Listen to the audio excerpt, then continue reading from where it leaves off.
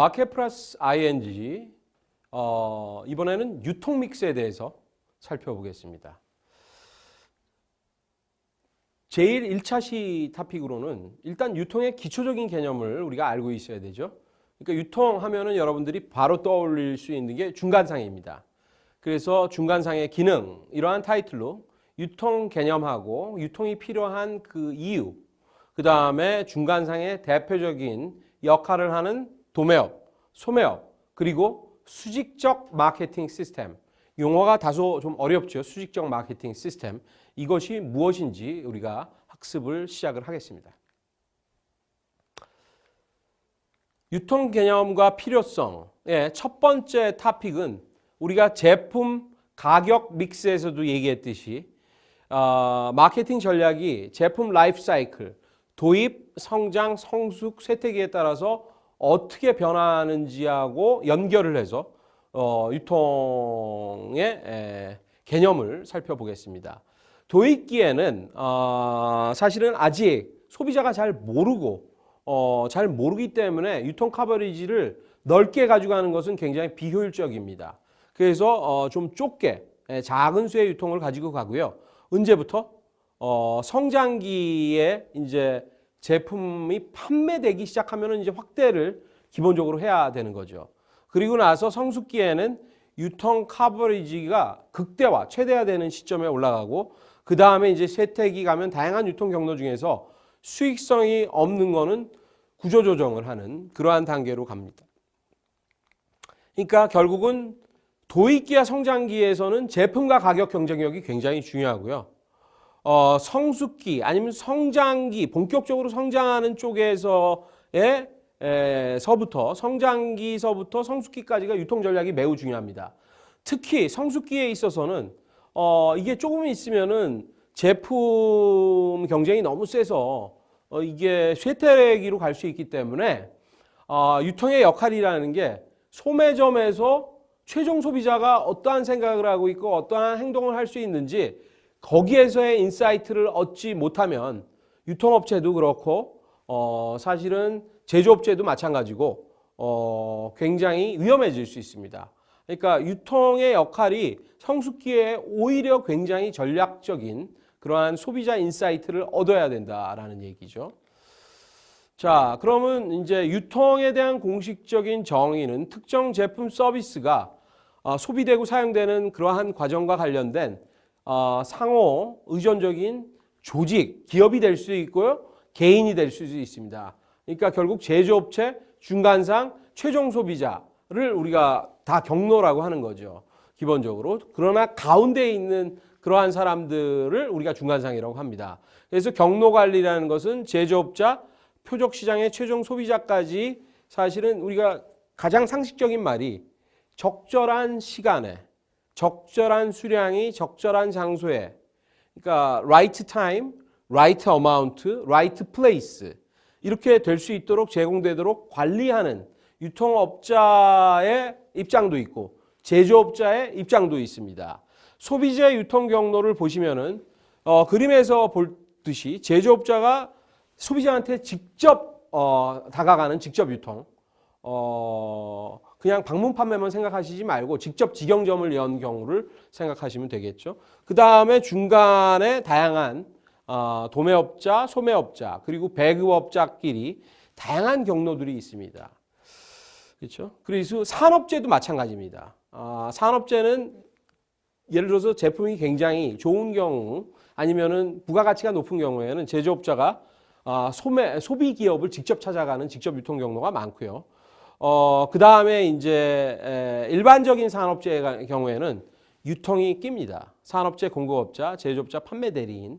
그 다음에 직접 가느냐 아니면 대리인을 통해서 공급업자로 가느냐. 그래서 유통 경로는 사실 굉장히 복잡합니다. 그리고 대부분 우리가 소비자로서 직접 관찰할 수 있는 부분이 제한되어 있기 때문에 사실은 유통을 공부한다라는 게 다른 믹스 공부하는 것보다 제 경험상 그렇게 쉽지는 않습니다. 왜? 머릿속에 그림이 잘 안 그려진다라는 얘기죠. 그래서 이쪽에서의 학습은 여러분들이 제공되는 교재라든지 그런 것들을 좀 많이 참조를 하셔야 됩니다. 유통이 도대체 왜 필요하느냐? 괜히 중간에 껴가지고 마진 먹는 거 아니냐? 이건 굉장히 큰 오해입니다. 제조업자가 4개, 최종 소비자가 4명인 간단한 가정을 통해서 보면 소위 거래가 일어나기 위해서 일어나야 되는 최대 소위 컨택의 숫자는 4 곱하기 4, 16번입니다. 그렇죠? 근데 중간에 중간상이 하나 끼면 4개, 4개, 8번. 그러니까 16개가 반으로 줄어듭니다. 근데 실제 시장에서는 제조업체가 훨씬 더 많고 최종 소비자도 훨씬 많기 때문에 유통이 없는 세상은 상상하기 힘든 거죠. 자연스럽게 과거서부터 있었던 얘기죠. 그러니까 우리나라도 보면은 과거에 개성상인, 그렇죠? 그 결국은 유통하는 데 아니에요. 인삼을 유통하는 그러한 업체들. 그러니까 과거서부터 굉장히 중요한 얘기들입니다. 자, 그러면은 결국은 정리를 하면 유통이 필요한 원리들은 총 거래 수를 최소화한다. 그러니까 전체 구매 과정에서의 효율성이 증가가 되고 역할이 나뉩니다. 생산이나 제조, 그 다음에 유통, 과거서부터 그랬죠. 인삼을 재배하는 사람, 그 다음에 그것을 유통하는 사람. 그렇죠? 그래서 우리가 상인들, 보부상, 뭐 이런 얘기 옛날에 역사 드라마 보면 나오는 게 그때부터 다 유통인 거죠. 물론 신부는 그때는 상 자체가 굉장히 아래쪽에 있었지만 세상이 바뀌어서 지금 커머스가 굉장히 커졌죠. 마지막에 핵심 역량, 제조업자, 그 다음에 제조업자는 제조의 핵심 역량을 가지고 유통은 유통의 핵심 역량을 갖도록 가는 게 그 경제단위 가장 적합한 집중과 효율의 원칙이다. 이렇게 보시면 되겠습니다. 자, 유통 경로의 효용은 이미 말씀드렸어요. 적절한 시간에, 적절한 장소에, 그 다음에 마지막으로 소유를 어떻게 넘겨주는 그러한 과정이지 않습니까? 그렇죠? 그래서 그런 게 기본적인 기능이고, 기본적인 기능은 거래 기능이 있고요. 거래 촉진 기능 당연히 중요하죠. 제조업자를 위해서, 소비자를 위해서.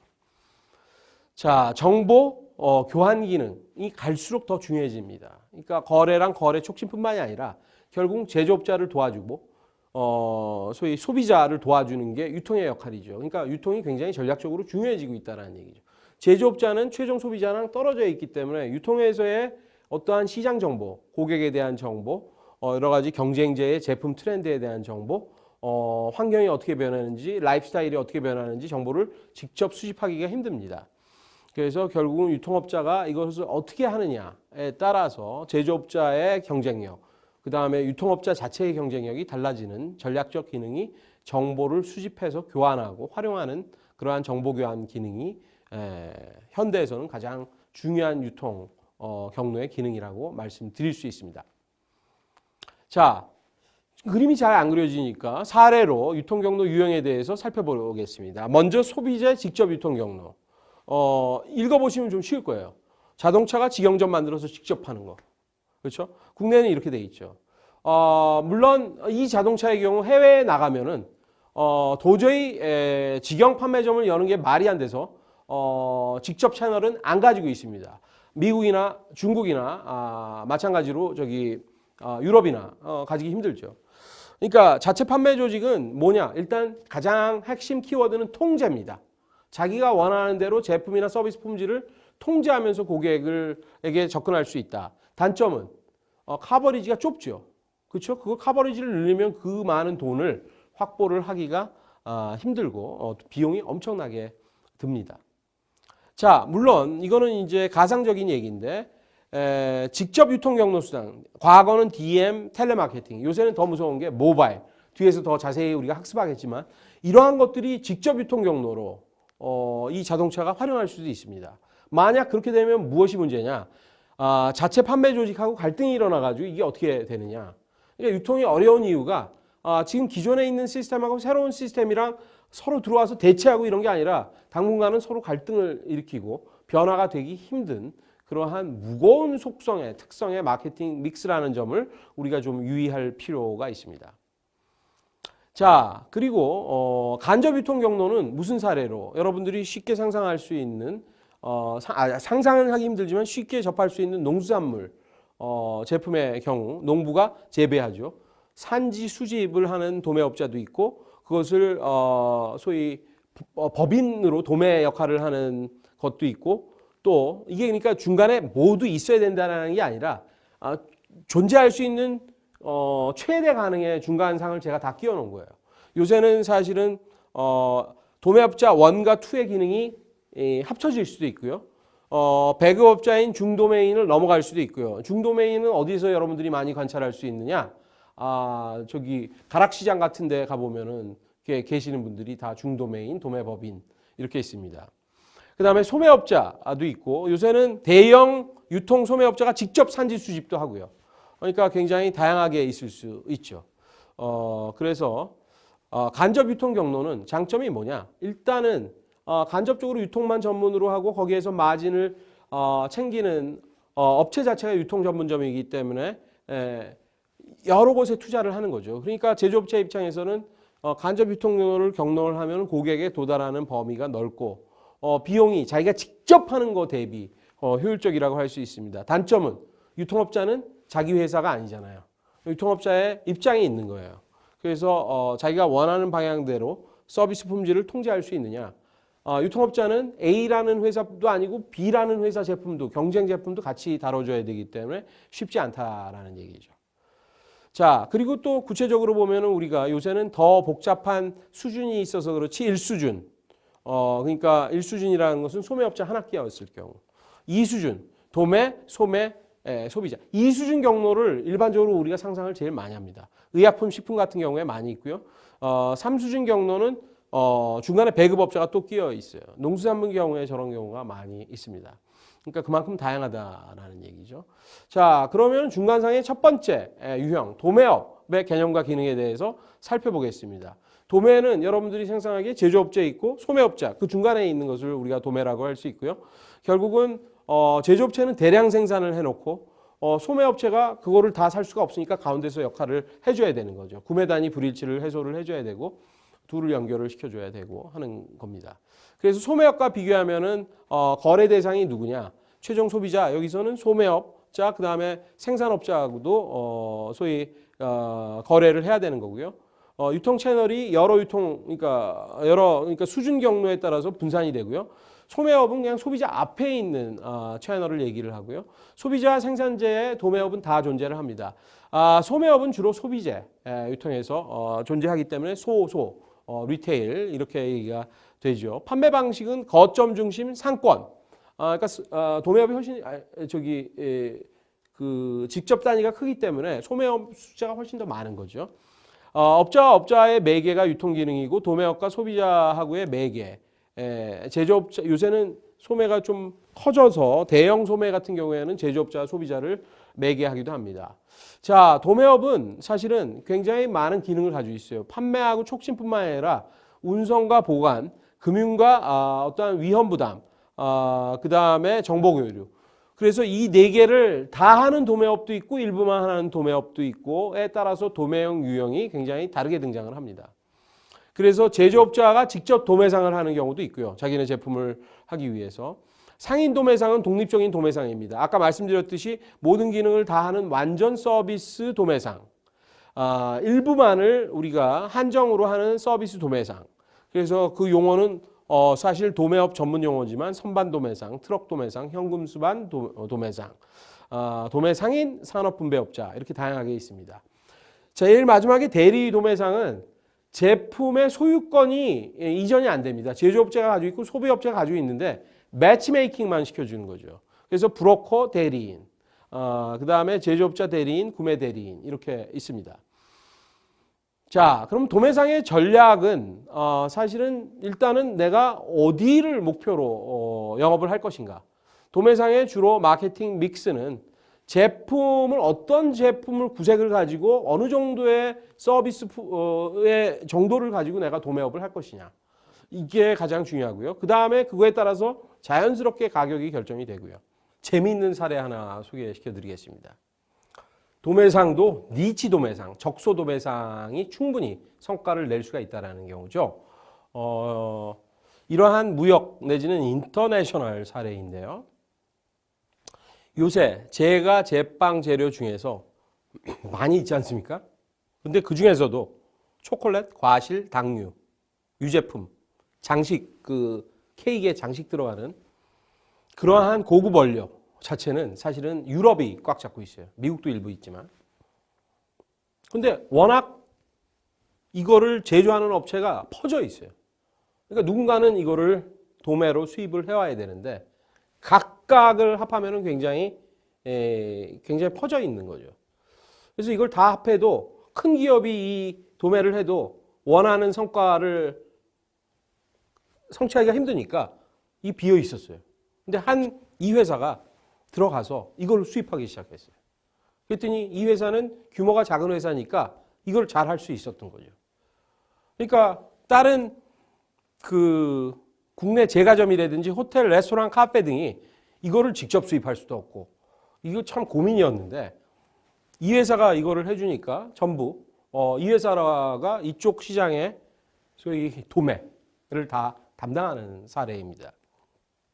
근데 최근 들어서 서구형 식생활이 얘기가 되니까 케이크, 빵들이 굉장히 급성장해서 이 회사는 해외 기술인 초청, 그 다음에 뭐 정보 소개 세미나도 열고 국내 제과 기술인, 왜냐하면 이 제과 회사들이 이 회사를 통해서 이런 것들을 사니까 유럽의 제과 업체 뭐 파견 기술 연수도 시켜주고 이러한 식으로 활동을 하면서 굉장히 새로운 뭔가 시장을 발견을 해서 도매업, 그리고 최근에는 이제 소매까지 확장할 수 있는 그러한 사례를 보면 도매업에서도 새로운 가치를 만들 수 있는 게 충분히 가능하다, 이렇게 볼 수 있습니다. 자, 도매업이 끝났고요. 이제 다음은 소매업입니다. 소매업은 여러분들이 좀 머릿속에 상상하기 쉽습니다. 왜? 직접 여러 종류의 소매업을 관찰하고 활용을 하시기 때문입니다. 그래서 결국 최종 소비자한테 직접 판매하는 것과 관련된 모든 활동을 소매업이라고 할 수 있고요. 소매업의 기능은 판매, 그 다음에 제조업자 마케팅 활동을 지원을 하고 제조업자는 최종 소비자에게 필요 정보를 전달을 하고 제품을 전시를 하고 경우에 따라서는 금융 기능도 제공하거나 제공하지 않는 소매점이 있을 수 있습니다. 새로운 혁신적 소매업 사례입니다. 그러니까 오프라인 매장이 굉장히 적고, 그러니까 소형으로 시작한 경우죠. 그래서 첫 번째 같은 경우에는 직접 제조를 하면서 소매를 어떻게 해당을 했느냐. 왜? 기본적으로 굉장히 자금이 딸리는 소형 창업기업이기 때문에 전통적인 그 소매점을 뚫고 들어가기가 힘들었어요. 그래서 타픽은 뭐냐면은 남성 서류 가방, 가죽으로 된 거. 그게 고가 시장하고 아주 저가 시장인데 가운데 괜찮은 제품인데 싸게 만들 수 있는 제품을 만들어서요. 주로 디지털 채널로 들어가서 나름대로 성공하고 있는 사례고요. 오른쪽도 가구업체인데 수제 가구, 마찬가지 비슷합니다. 비어 있었죠. 아주 비싸거나 아주 싼 제품.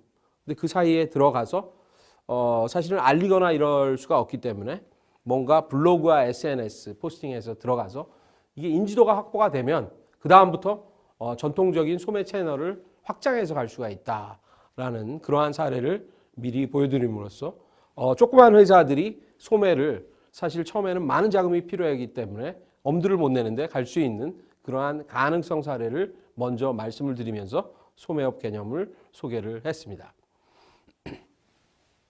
앞의 사례처럼 소매업 유형은 사실은 이게 전부가 아닙니다. 그리면 그릴수록 나올 수 있어요. 새로운 가치를 창출할 수 있는. 물론 점포가 오프라인에 있느냐 없느냐, 소유권 상품을 사와서 소유권을 가지고 있느냐 아니면 그냥 소위 자기네들이 소유를 안 하고 그냥 넘기느냐, 그 다음에 점포 전략을 어떻게 하느냐에 따라서 다양하게 나눌 수 있는데 재래시장서부터 전문점, 양판점, 할인점, 뭐 면세점까지. 근데 최근에는 무점포 온라인 소매점이나 기타 소매점 이런 것들이 많이 활성화되어 있죠. 우리나라 같은 경우에는 무점포 온라인 모바일 쇼핑이 굉장히 크고요. 혹시 일본을 여행하시다 보면은 일본은 농담으로 이런 얘기를 합니다. 밴딩 머신의 천국 일본. 밴딩 머신을 통해서 안 파는 게 없을 정도로 소위 자동 판매기 이런 것들이 많이 활성화돼 있죠. 그래서 유형은 굉장히 다양하게 있다. 이렇게 보셔야 되는 거고요.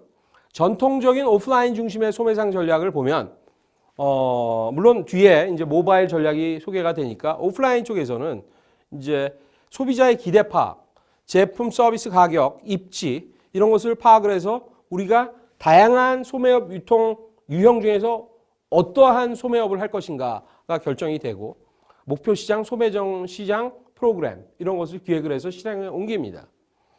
그래서 우리가 소매업의 관점에서 마케팅 믹스는 제품, 가격, 우리가 지금 공부하고 있는 뭐 유통 이런 개념이 아니라 좀 다르죠. 제일 중요한 거는 로케이션. 그렇죠? 이게 만약 모바일로 되면 덜 중요하느냐? 덜 중요하지 않습니다. 오프라인의 기능은 존재하니까요. 그리고 입지라는 말이 다원화됩니다. 그러니까 결국은 오프라인에서의 입지, 소비자 머릿속에서의 입지, 로케이션.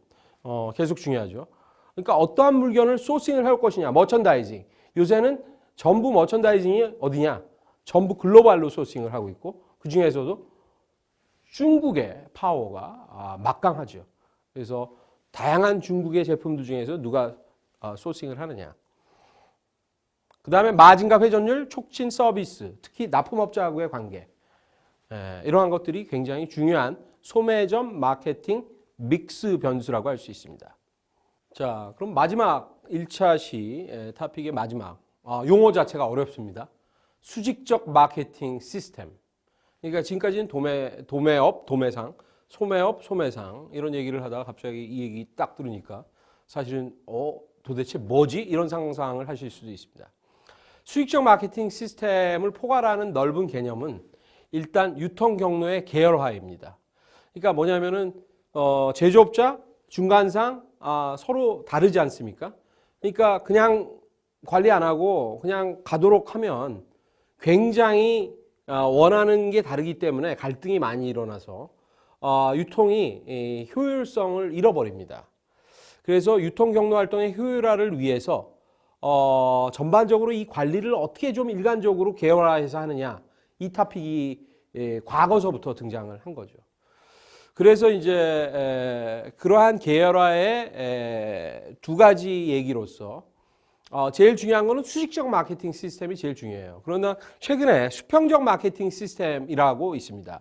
같은 경로상에서 예를 들어서 무슨 얘기냐면은 여러분들이 아마 그 얘기를 하면 좋을 것 같네요. 직접적으로 이 같은 경로는 아니지만 비행기 회사 같은 경우에는 국제적으로 무슨 이렇게 별 얼라이언스 그래가지고 이렇게 서로 제휴를 하지 않습니까? 이게 유통에서도 뭐 소매라든지 도매에서도 이러한 얼라이언스들이 등장을 한다라는 얘기죠.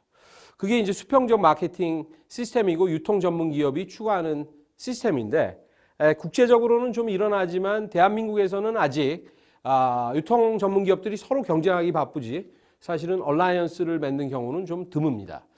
자, 그럼 전통적으로 계열화에서 가장 중요한 토픽은 수직적 마케팅 시스템입니다. 제조업체, 유통, 소비자라는 이런 수직적 밸류 체인에서 어떻게 관리를 일관되게 갈 것이냐라는 방법론에 대한 얘기인데요.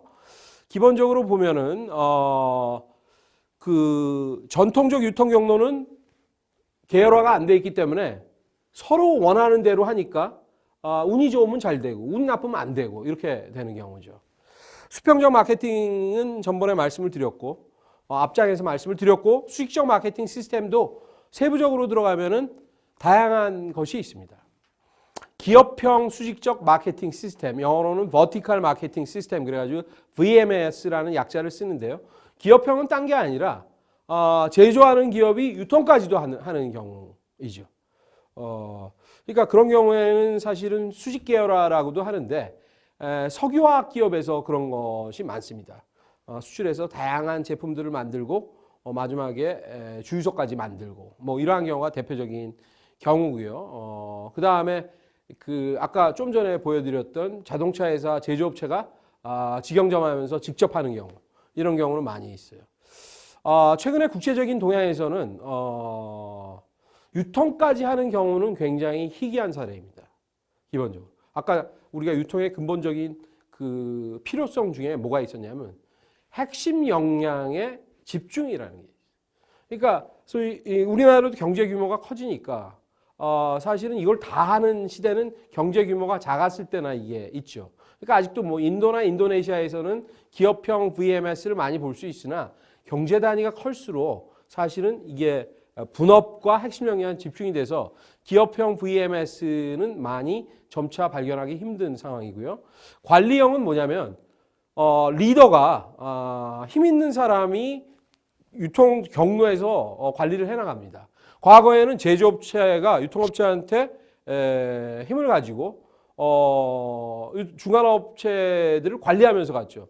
근데 최근만 하더라도 유통업체들이 더 힘이 더 세졌어요. 왜냐하면 제조업체들이 비슷한 거 만드는 게 너무 많고 유통업체들이 대형화되고 능력이 커지면서 그러니까 요새는 웬만한 제품 B2B 말고 그러니까 많은 내구재라든지 소비자 같은 경우에는 제조업체가 누구 말을 들어야 되느냐? 유통업체 말을 들어야 되는 거죠. 그러면은 앞으로 미래는 어떻게 되느냐? 제일 뒤 토픽에서 얘기했듯이 유통업체는 누구 말을 들어야 되느냐? 소비자 말을 들어야 되는 거죠. 왜? 유통이 모바일로 변하면서 사실은 소비자가 이 안에서 이제 결정을 하는 시대니까 진짜 우리가 옛날에 말로만 등장했던 소비자가 왕인 시대로 조금씩 진화하고 있습니다. 자, 그러면은 그 계약형이라는 건 뭐냐? 계약형이 VMS 중에서 가장 많이 볼 수 있습니다.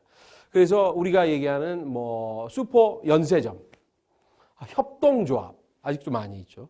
그 다음에 이제 각 나라에서 특히 대한민국에서도 가장 활성화된 계약형 VMS 유통이 뭐냐면 프랜차이즈입니다. 정말 제일 많은 프랜차이즈가 아마 제 생각에는 닭 있잖아요. 닭 먹는 프랜차이즈가 제일 많은 것 같아요. 기본적으로. 그래도 참 한국 사람들이 닭을 좋아하는 것 같습니다. 수많은 닭 프랜차이즈가 그렇게 자기 위치를 가지고 움직이고 있다는 경우는. 그래서 닭 프랜차이즈가 이제는 동남아시아까지 진출하지 않으면 버티기 힘들 정도의 경쟁이 되고 있고요. 프랜차이즈 조직으로 들어가면 제조업자 소매상, 제조업자 도매상, 도매상 소매상, 서비스회사 소매상 이런 식의 다양한 프랜차이즈들이 있습니다. 그러니까 결국은 프랜차이즈라는 수직적 마케팅 시스템의 대표적인 예를 생각했을 때도 수직적 마케팅 시스템은 어떻게 하면 거래 비용을 좀 절감할 수 있을까? 전체 유통 경로상에. 그러니까 영어로는 total transaction cost, 총 거래 비용인데 이걸 어떻게 절감을 할까? 그 다음에 어떻게 공급은 안정적으로 하고 그 다음에 그 제조업자하고 프랜차이즈 조직이 아니면 프랜차이즈의 조직이 경쟁을 막을 수 있는 진입장벽을 구축할까? 뭐 이런 장점 때문에 많이 활성화되고 있습니다. 다만 단점은 관리형 VMS보다는 막대한 자본이 들어가고 그 다음에 사실은 환경의 변화에 따라서 확확 변화를 해야 되는 유연성은 사실은 좀 감소하죠. 일단은 이렇게 갔으면은 경직성이 좀 있습니다. 그래서 좋을 때는 좋지만 시장이 나빠지면은 예를 들어서 굉장히 위험할 수 있는 그러한 단점은 있습니다. 자, 그래서 1차 시의 중간상의 기능과 유통 개념의 기본적인 얘기들, 유통 개념과 유통 경로 관리의 개념, 유통의 원리 효용 기능, 직접 유통하고 간접 유통의 장단점을 중심으로 유통 개념과 필요성을 살펴보았고 도매업의 정의, 주요 역할, 기능과 유형을 가지고 도매업을 살펴보았고 소매업의 정의, 기능, 유형과 전략을 살펴보았고요. 마지막에 한 기업이나 한 종류가 아니라 유통 경로 전체의 어떠한 효율성을 고려한 어떠한 복합적인 시스템이라고 하는 수직적 마케팅 시스템을 유통 경로의 계열화, 그 다음에 수직적 마케팅 시스템을 기업형, 계약형, 관리형, 특히 계약형인 훨씬 VMS가 늘어나고 있다. 어쨌든 일관적으로 관리되는 것이 매우 전체 유통 규조상 중요하다라는 말씀을 드리면서 1차 시 학습을 마칩니다.